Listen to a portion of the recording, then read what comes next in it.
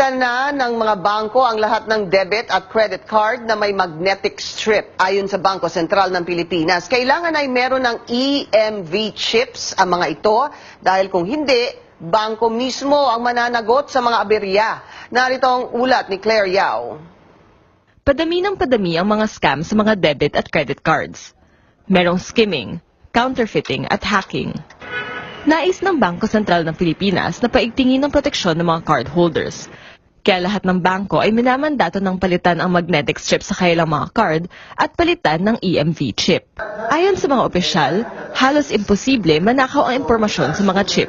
Every time a chip card is being used in the terminal, it automatically sends a dynamic code at the issuer side. So the issuer has to respond with another encrypted code. Pero mukhang hindi maaabot ng mga bangko ang deadline na ibinigay ng BSP.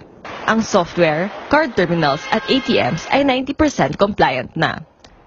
Pero nagkakaproblema sila sa pagpalit ng card dahil sa dami nito. May mahigit 76 million na debit at prepaid cards ngayon sa Pilipinas. Dagdag pa ang 8.5 million na credit cards. Habang naghahabol ang mga bangko, nagtalaga ang BSP ng karagdagang proteksyon para sa mga cardholders. Simula January 1, kung magka-scam ang mga lumang cards, ang bangko ang malalagot.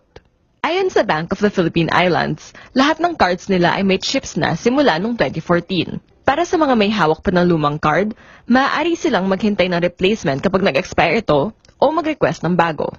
Sa PS Bank naman, ang mga bagong card ay ilalabas na sa susunod na linggo, sakto sa simula ng bagong taon.